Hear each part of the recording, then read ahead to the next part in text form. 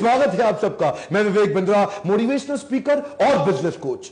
आज बात करूंगा आपसे गुजरात के विषय में। ये क्या है गुजरात? ये गुजरात अपने आप में एक देश है जी। हाँ, ये 5% पॉपुलेशन टोटल हमारे देश की, 1/4 एक्सपोर्ट देश का गुजरात कर रहा है। ध्यान दीजिए, 1/4 कॉटन देश का गुजरात से प्रोड्यूस हो रहा है, 1/4 दूध देश का गुजरात से निकल रहा है। दुनिया में 10 में से 8 डायमंड सूरत में पॉलिश हो रहे हैं। आज ये वही स्टेट है जो 1980-81 में टॉप 10 में बड़ी मुश्किल से आता था, लेकिन आज देश का तीसरा सबसे एक पावरफुल राज्य, मोस्ट प्रॉफिटेबल इकोनॉमी। हमारे देश की जितनी एसईजेड होते हैं ना, स्पेशल इकोनॉमिक जोन, पूरे देश के अंदर सबसे बड़े एसईजेड यहीं पे ही हैं। रोड की कनेक्टिविटी में कमाल कर दिया गुजरात ने। इलेक्ट्रिफिकेशन इतना पावरफुल 98% इलेक्ट्रिफिकेशन गुजरात में हो चुका है। इलेक्ट्रिसिटी का पावर सरप्लस स्टेट है। न केवल अपनी पावर पूरी कर रहा है, दूसरे राज्यों को जहां पे बिजली की कमी है उनको पावर भी दे रहा है। 50% मोटेल और होटल अमेरिका के गुजरातियों के कब्जे में आ चुके हैं। गुजराती बचपन से ही धंधा कर रहा है, धंधो सेठिया। ये बचपन से उनके यहां ना, मतलब बचपन में ही बातचीत चालू हो जाती है। कहता है कि पढ़ लिख के किसी कंपनी में मिडिल लेवल मैनेजर बनने से अच्छा छोटी सी दुकान क्यों ना खोल लूं। बचपन से गुजराती बच्चे को सिखाया जाता है, जीवन में कई मोटू करवू छे। कहावत है इनके यहां पे, क्या? जीवन में कई मोटू करवू मतलब मोटा करवू। बहुत मोटा पैसा मोटू करवू। यही सुन सुन के बच्चा बड़ा हो रहा है। मोटू करवू ये किसी और राज्य में नहीं है। बचपन से बच्चे को सिखाया जा रहा है मोटू करवू। ये जो जीडीपी है, ग्रॉस डोमेस्टिक प्रोडक्ट, उसमें गुजरात का जीडीपी यानी कि ग्रॉस स्टेट डोमेस्टिक प्रोडक्ट, वो देश के मुकाबले बहुत आगे चल रहा है। मैन्युफैक्चरिंग के मामले में पूरा देश 25% कंट्रीब्यूट कर रहा है और गुजरात अकेला 40% कंट्रीब्यूट कर रहा है। सेंट्रल गवर्नमेंट की सब्सिडी पे ये निर्भर ही नहीं है। रिफाइंड पेट्रोलियम प्रोडक्ट लगभग 35% गुजरात प्रोड्यूस कर रहा है। फार्मा दवाइयां लगभग 27% गुजरात प्रोड्यूस कर रहा है। मतलब क्या हुआ? दोबारा 1/3 पेट्रोलियम प्रोडक्ट और 1/4 दवाइयां। जितने भी फार्मा की तो बहुत सारी कंपनियों ने केमिकल का हब बना है। मेरी बात सिर्फ यह है कि अगर गुजरात एक इंडिपेंडेंट देश होता, सुनिएगा ध्यान से, आपसे कह रहा हूं भारतवासियों, अगर गुजरात एक इंडिपेंडेंट देश होता तो चाइना और साउथ कोरिया के बाद तीसरी फास्टेस्ट ग्रोइंग इकोनॉमी है पूरी दुनिया में। आपके मन में आता होगा ये गुजरात की हिस्ट्री है क्या? ये गुजरात ऐसा कैसे बन गया भाई? एक्चुअली विरासत में गुजरात को 1600 किलोमीटर का लॉन्गेस्ट कोस्ट लाइन मिल गया। समुद्र से जुड़ा हुआ गुजरात 1600 किलोमीटर का लॉन्गेस्ट कोस्ट लाइन, मतलब पूरे देश में इतना बड़ा कोस्ट लाइन किसी के पास नहीं है। तो व्यापार का माहौल ना सदियों से बना हुआ था, आज से नहीं है। उससे क्या हुआ? एंटरप्रेन्योरशिप खून में आ गई। सदियों से शिप के द्वारा वह कोस्ट लाइन पे व्यापार, माल का आवाजाही चला करती थी। एंटरप्रेन्योरशिप एक बार खून में आया। Now preference of investment over consumption is the key to wealth creation. ये क्या करते हैं? पैसा बचता है ना इनका, उसको इन्वेस्ट करते हैं, कंज्यूम नहीं करते। ये जो नए नए रईस बने हैं हमारे देश में, कई राज्य, ये हैपनिंग लड़के, एक कूल डूड, ये क्या थोड़ा पैसा आता है सारा खर्च करते हैं। ये क्या करते हैं? ये इन्वेस्टमेंट और कंजम्पशन में इन्वेस्टमेंट को बहुत प्रेफरेंस देते हैं। एक होता है मजा, एक होता है जमा। मर जो से वर्ड बनता है। कुछ लोग मजा मारने में लगे रहते हैं और कुछ जमा करने में लगे। गुजराती जमा करता है, मजा कम करता है। अब आप में से कई लोग सोचेंगे ओहो लॉन्गेस्ट कोस्ट लाइन मिल गई और इसीलिए आगे निकल गए। नहीं, ऐसा नहीं है। धीरे धीरे इंप्रूव किए बहुत। 1960 में जो 340 रुपए एक इंडिविजुअल एनुअल इनकम हुआ करती थी, वो 340 रुपए से बढ़ बढ़ के आज 1,40,000 रुपए हो गई। इंप्रूवमेंट्स का ये जो ट्रस्ट का माहौल क्रिएट हो गया ना, रिन्यूएबल एनर्जी में आगे आने लगा, मैन्युफैक्चरिंग में बड़ा, इंफ्रास्ट्रक्चर में बड़ा, स्मार्ट सिटीज में आज नंबर 1 हो गया हमारे देश में। वाइब्रेंट गुजरात, वो जो नरेंद्र दामोदर दास मोदी ने शुरू किया था। दुनिया भर से इन्वेस्टमेंट का माहौल गुजरात में ज्यादा है। दुनिया भर के लोगों का विश्वास गुजरात में ज्यादा है। वो दीदी ने बाहर निकाला बंगाल से टाटा को कि लटकिया बाहर करो, गुजरात ने वेलकम कर। ये वेलकमिंग स्टेट है। गुजराती बच्चा बचपन से जानता है नो रिस्क मतलब नो रिवॉर्ड। ये वो प्रकार के लोग हैं जो 84 लाख योनियों के परे हैं। ये बचपन से रिस्क लेना सिखा देते हैं, छोटी छोटी चीजों में रिस्क लेगा। वो क्या कहता है, जीवन में कई मेदावू हो तो रिस्क तो लेउच पड़े। क्या बोला, रिस्क तो लेउच पड़े, रिस्क तो लेउच पड़े, रिस्क तो लेउच पड़े, और रिस्क तो लेना ही पड़ेगा। ये दिमाग में घुस गया इनके। हाँ, ये जो है ना, ये देखिए मैं बताऊं, गुजराती कौन, गुजराती वो जो मारवाड़ी से माल खरीदता है और सिंधी को बेच देता है, फिर भी पैसा कमा लेता है। ओह माय गॉड, क्या बोल दिया मैंने भी। मारवाड़ी से माल खरीदता है, मारवाड़ी से सस्ता कैसे खरीदोगे आप, और सिंधी को महंगा बेच ही नहीं सकते। मैं ये नहीं कह रहा कि ये कंजूस है, कंजूसी और कॉस्ट ऑप्टिमाइजेशन में फर्क है। ये कॉस्ट ऑप्टिमाइजेशन के मास्टर है। ये तो जिंदगी में कभी ऑनलाइन माल ना खरीदे, ये तो ऑनलाइन माल भी तभी खरीदते जब डिस्काउंट मिलता है। ये डिस्काउंट इनके दिमाग में घुसा पड़ा है।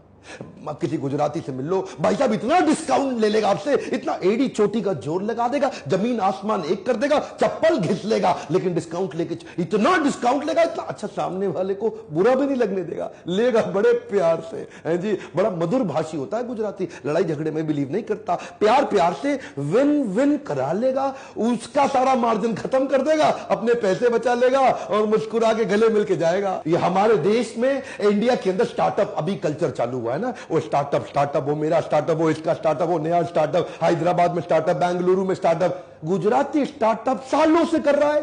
वो क्या कहता है, कई नवू करिए यार। हाँ, क्या कहता है, कई नवू करिए, कुछ नया करना है उसको। वो मोनोटनी पसंद नहीं करता है, वो उसको startup is a mindset for them. एक गुजराती आदमी क्या कहता है, आप अपना सपना खुद पूरा कर लो, नहीं तो कोई आपको नौकरी पर रख लेगा अपना सपना पूरा कराने के लिए। You build your own dreams, otherwise somebody else will hire you to build his dreams. ये नवू करिए के चक्कर में बिजनेस तो शुरू कर जाते हैं। स्टार्टअप का माइंडसेट तो है, पर टेक्नोलॉजी में आज भी गुजरात बहुत पीछे है। कम ऑन, ध्यान दीजिएगा, जिसके चक्कर में टेक्नोलॉजी की कमी से प्रॉफिटेबल बिजनेस बनाते हैं पर स्केलेबल नहीं बना पाते। एवरेज गुजराती टेक्नोलॉजी में आज पीछे रहने के कारण टेक सिटीज बेंगलुरु हैदराबाद के बाद सूरत में नहीं आई, अहमदाबाद में नहीं आई, वडोदरा में नहीं आई, राजकोट में नहीं आई। टेक्नोलॉजी की कमी के कारण एक आम गुजराती कैश में काम करता है। कैसे काम करता है, कैश में डायरी बनाता है, अपनी डायरी जेब में रख के घूमता है। अरे आप सूरत में जाओ, जिसको देखो कैश में काम कर रहा है। ये चक्कर क्या है, इसका कारण है कि ये जो स्केलेबल मॉडल ना बिल्ड कर पाना। क्या होता है, लल्लू लाल सिंड्रोम, आपने मेरे कई वीडियोस में देखा होगा। लल्लू लाल 5 का माल 50 में बेचेगा, लेकिन बेचेगा खुद ही। गुलाब जामुन खुद ही बनाएगा, कचौड़ी खुद ही बनाएगा। जो बड़े बड़े एक्सपर्ट हैं गुजरात के अंदर, वो आज भी गल्ले पे चिपक के बैठे हैं। टेक्नोलॉजी की कमी के कारण अपने आप को रिप्लेस नहीं कर पा रहे, हाई परफॉर्मेंस टीम नहीं डेवलप कर पा रहे। यही कारण है सबसे ज्यादा गुजराती मेरे लीडरशिप पैनल में आते हैं और अपने बिजनेस को नेक्स्ट लेवल पे लेके जाते हैं। अच्छा, लेकिन ये तरीके अपने निकाल लेते हैं। अब टेक्नोलॉजी नहीं है, लेकिन बिजनेस बड़ा करना है, मेरे को अंबानी बनना है, अडानी बनना है, पटेल बनना है, तो कैसे करूं? वो क्या करेगा, आपड़ू सेटिंग ऊंचू छे बका। क्या बोलेगा, आपड़ू सेटिंग ऊंचू छे ए बका। ये जो चक्कर है ना, ये मैं काम नहीं बनेगा, सेटिंग कर लूंगा, कोई ना कोई तरीका निकाल लूंगा। ये इनका माइंडसेट, को रास्ता ढूंढ ही लेते हैं। 98.6% विलेजेस यानी कि गांव ऑल वेदर रोड के साथ कनेक्टेड है। रोड कनेक्टिविटी तो हो सकती है, लेकिन इसको बोलते हैं ऑल वेदर रोड। सर्दी गर्मियां हो बरसात, सड़क पे चलता ट्रैफिक दिन और रात। ये ऑल वेदर रोड के बाद इनका टूरिज्म बढ़ गया, ऑटोमोबाइल का अपकमिंग सबसे बड़ा हब बन गया। अमिताभ बच्चन गुजरात के ब्रांड एम्बेसडर हुए, तो उसके बाद और ज्यादा। अच्छा, इसके बाद Arvind Mills, Soma Textile, Modern Denim, India land of denim बन गया। अच्छा, नए नए बिजनेस चालू करते हैं ना, तो इनके भी लाइफ में फेलियर बहुत आते हैं। फेलियर तो आएंगे ना, ज्यादा रिस्क लोगे तो ज्यादा फेलियर भी आएगा, लेकिन ये फेलियर से घबराते नहीं। अल्टीमेट लर्निंग का माइंडसेट है, फ्लेक्सिबिलिटी बड़ी भयंकर है। क्या कहते हैं, आज नहीं तो काले आपड़ो डंको वागसेज। आपड़ो डंको मतलब क्या हुआ, आज नहीं तो कल, आज नहीं तो कल मेरा भी डंका बजेगा। ये होपिंग अगेंस्ट द होप्स।